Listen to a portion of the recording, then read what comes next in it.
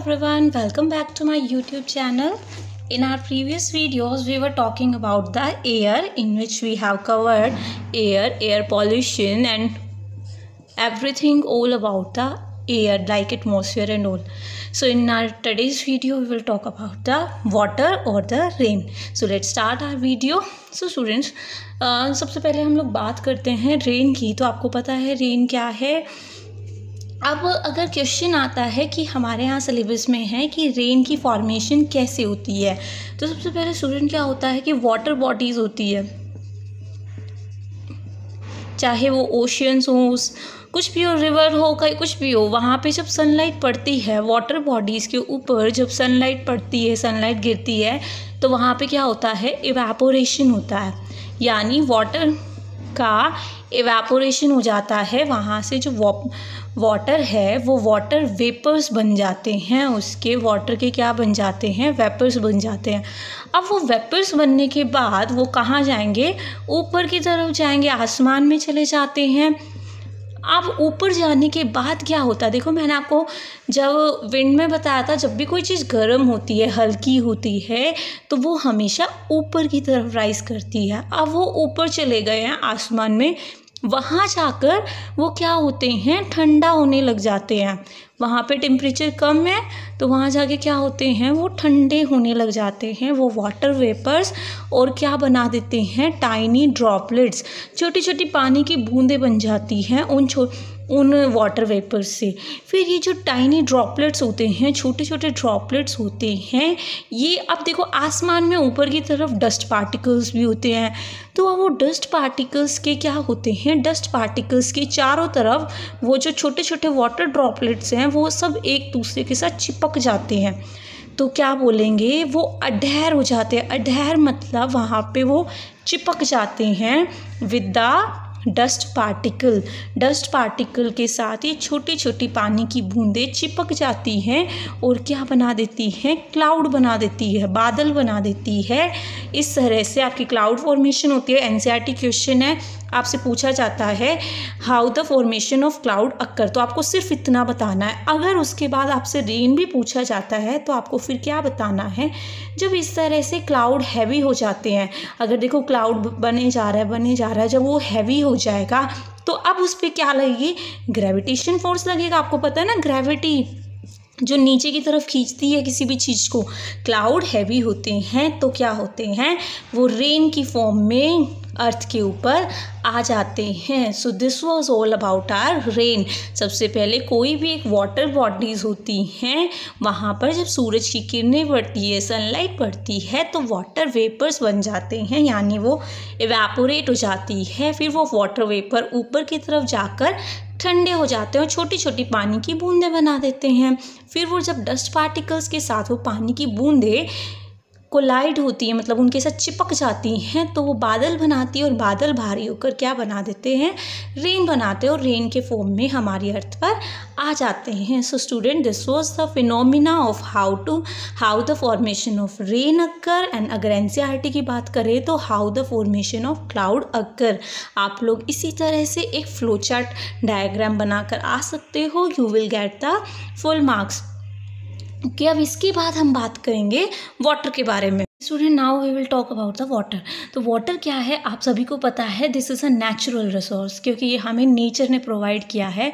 तो ये क्या है, definitely it is a natural resource. अब आपकी अगर हम बात करते हैं, देखो आपको पता है हमारी 70% अर्थ को सिर्फ और सिर्फ किसने कवर किया हुआ है, वाटर ने कवर किया हुआ है. इसीलिए हमारी अर्थ का अगर हम कलर दिखाते हैं तो हम उसे किससे रिप्रेजेंट करते हैं, ब्लू कलर से, बिकॉज 70% हमारी अर्थ पर सिर्फ और सिर्फ क्या होता है, पानी होता है.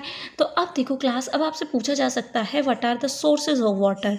सोर्सेज क्या होते हैं, तो देखो आपको पता है नेचुरल, आपके सी हो सकता है, आपके ओशियंस, रिवर, वेल, कुएं, लेक, ये सब क्या हैं, आपके वाटर के सोर्सेज हैं. इनमें से ये जो होते हैं, these are the fresh water sources. ये सब फ्रेश वाटर है. पर सी और ओशन जो होते हैं उनमें आपको क्या मिलता है, सॉल्टी वाटर मिलता है, जो पीने के लायक नहीं होता है, क्योंकि उसमें सॉल्ट की कंसंट्रेशन बहुत ज़्यादा होती है, जबकि जो नदियाँ होती है, कुएँ होते हैं, झीलें होती हैं, उनमें सब में फ्रेश वाटर होता है या फिर हम बोलते हैं मीठा पानी होता है। अब इसके बाद स्टूडेंट वाटर के बाद सोर्सेज के बाद देखो हमारे में मेन क्वेश्चन क्या आता है, एक आपसे पूछा जाता है इम्पोर्टेंस क्या है आपकी लाइफ में पानी की, और ये आई थिंक सबसे इजी चीज़ है और ये आपका एक एनसीईआरटी क्वेश्चन है, what is the importance of water in our life.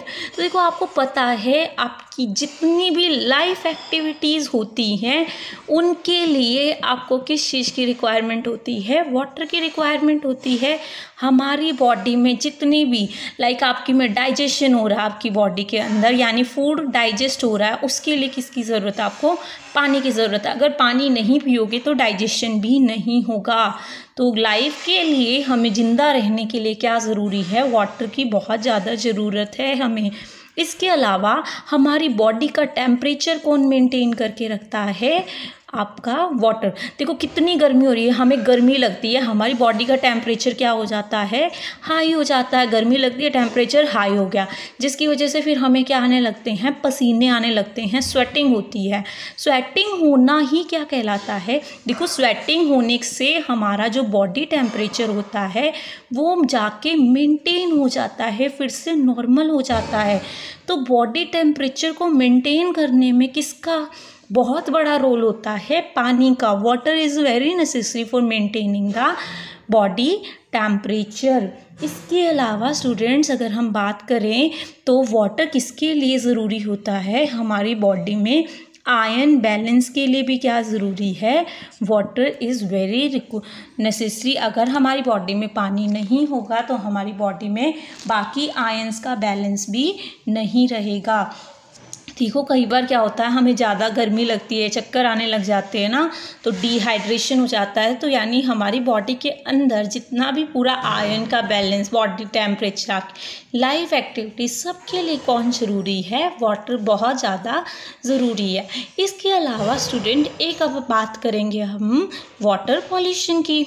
देखो पॉल्यूशन मैंने लास्ट वीडियो में भी बताया था, पॉल्यूशन क्या होता है, कोई भी अनवांटेड चीज़ किसी भी चीज़ के अंदर मिला देना, वो उस चीज़ का क्या कर देती है, पॉल्यूशन कर देती है। जैसे अनवांटेड चीज़ मैंने हवा में मिला दी तो एयर पॉल्यूशन, अगर मैंने वही अनवांटेड चीज़ वाटर के अंदर मिला दी, अनवांटेड चीज़ को मैंने किसी भी अनवांटेड थिंग या पार्टिकल को मैंने पानी, तो हम वाटर पॉल्यूशन की क्या डेफिनेशन देंगे, द एडिशन ऑफ अनवांटेड और undesirable material in the water to make it unfit for the drink, it is known as a water pollution. अब इसकी बात करते हैं हम लोग, कॉजेज़ की बात करेंगे। ऑब्वियसली हमने जिस तरह से वहाँ एयर पॉल्यूशन में बात की थी, कारण क्या है, वाटर पॉल्यूशन कौन कॉज करता है, तो सबसे पहला वही कि हम लोग फैक्ट्री वगैरह, इंडस्ट्रीज़ वगैरह के जो वेस्ट होते हैं वो पानी में बहा देते हैं। इंडस्ट्रियल वेस्ट, फैक्ट्रीज वेस्ट, इन सब की वजह से क्या होता है, ये वो वाटर पॉल्यूशन बहुत ज़्यादा होता है। इसके अलावा जो खेतों में होता है, फील्ड होते हैं, वहाँ पर फर्टिलाइजर्स बहुत ज़्यादा, केमिकल्स अगर आप यूज़ कर रहे हो तो वो भी धीरे धीरे क्या होता है, सॉइल के थ्रू होते हुए अंडरग्राउंड वाटर में भी चले जाते हैं और वो पानी के धीरे धीरे आपके पानी में चले जाते हैं और वो क्या कर देते हैं, वाटर को पॉल्यूट कर देते हैं। और सबसे एक मेन रीज़न देखो स्टूडेंट, यहाँ लिखती हूँ मैं, कि जो कई बार क्या होता है, इंडस्ट्रीज से गर्म पानी निकलता है, मैं नहीं कह रही उसमें कोई वेस्ट है, पर उसमें वार्म वाटर है और उसका बिना टेम्परेचर ठीक किए हुए सीधा क्या किया जाता है, उसे वाटर बॉडीज़ में डाल देते हैं, जिससे क्या होता है कि पूरी वाटर बॉडीज़ के टेम्परेचर में चेंज आ जाता है और फिर वो इसकी वजह से ही काफ़ी जो वाटर में रहने वाले ऑर्गेनिज्म हैं उनकी डेथ हो जाती है। तो this is also a cause of water pollution. Student अब हम बात करेंगे कि ये जो वाटर पॉल्यूशन हम पढ़ रहे हैं, इसका इफ़ेक्ट क्या होगा, इससे क्या इफ़ेक्ट पड़ता है। तो देखो सबसे पहला इफ़ेक्ट हम क्या बताएंगे कि वाटर होता है वो अनफिट हो जाता है टू ड्रिंक, हम उस पानी को पी नहीं सकते हैं अगर, क्योंकि उसमें वाटर पॉल्यूशन हो चुका है। बहुत सारे वाटर बॉर्न इन्फेक्शन हो जाते हैं, like cholera, water borne infections हो जाते हैं, फॉर एग्जांपल कॉलेरा। कि पानी पीने लायक नहीं रहता है, फिर भी अगर उस पानी को पी रहे हो तो उस पानी से बहुत सारे इन्फेक्शन हो जाते हैं। पानी में रहने वाले जो ऑर्गेनिजम्स होते हैं, ऑर्गेनिजम्स लिविंग इन वाटर, उनकी क्या हो जाती है, ऑल्सो गेट अफेक्टेड, उनकी डेथ भी हो सकती है। उन ऑर्गेनिज्म की डेथ हो सकती है जो ऑर्गेनिज्म पानी में रह रहे हैं, क्योंकि वो तो उस पानी में रह ही रहे हैं। अगर तुम इतना वाटर पॉल्यूशन करे जा रहे हो तो ऑब्वियसली उन ऑर्गेनिज्म को सबसे ज़्यादा अफेक्ट करेगा, क्योंकि वो तो उस पानी के अंदर रह रहे हैं और मे कॉज देयर डेथ, उनकी डेथ हो सकती है due to the water pollution. तो देखो स्टूडेंट, एक मैंने वर्ड यूज़ किया है फ्लोरा और फोना। तो आपने शायद पहले भी क्लासेस में पढ़ा होगा, फ्लोरा होते हैं प्लांट के लिए हम वर्ड यूज़ करते हैं और फोना हम एनिमल्स के लिए यूज़ करते हैं। तो फिर हम क्या बताएंगे, वाटर पॉल्यूशन की वजह से बहुत सारे फ्लोरा और फोना की डेथ हो सकती है। उसके अलावा स्टूडेंट हम और क्या बता सकते हैं, अभी मैंने बोला कि इससे क्या होगा, वाटर का टेम्परेचर चेंज हो जाता है वाटर पॉल्यूशन की वजह से। वाटर, इसे हम पता है क्या कहते हैं, इसे हम कहते हैं थर्मल पॉल्यूशन भी कहा जाता है, क्योंकि इसमें क्या होता है, वाटर का टेम्परेचर चेंज हो जाता है। एक सूटेबल टेम्परेचर होता है। देखो हर एक ऑर्गेनिज्म को एक पर्टिकुलर टेम्परेचर चाहिए, और वाटर ऑर्गेनिज्म को उनके एग होते हैं, उनके लार्वा होते हैं, वो सब हैची उस टेम्परेचर में होंगे जो उनके लिए एकदम सूटेबल होगा। अगर वो टेम्परेचर अगर ज़्यादा या कम हो जाता है तो वो क्या होते हैं, सर्वाइव ही नहीं कर पाते। उनके एग होते हैं वो सर्वाइव नहीं करते, वो मर जाते हैं। एग मर जाएगा तो ऑर्गेनिज्म आगे सर्वाइव ही नहीं करेगा। तो this was all about your water pollution. I hope आपको पूरा अच्छे से क्लियर हो गया होगा कि रेन कैसे बनती है, वाटर क्या होता है, कॉजेज़ क्या है वाटर पॉल्यूशन के, उससे इफ़ेक्ट क्या पड़ने वाले हैं हमारी लाइफ में। If you still have any queries you can leave them in the comment section और you can directly contact to me. Thank you very much for watching my videos.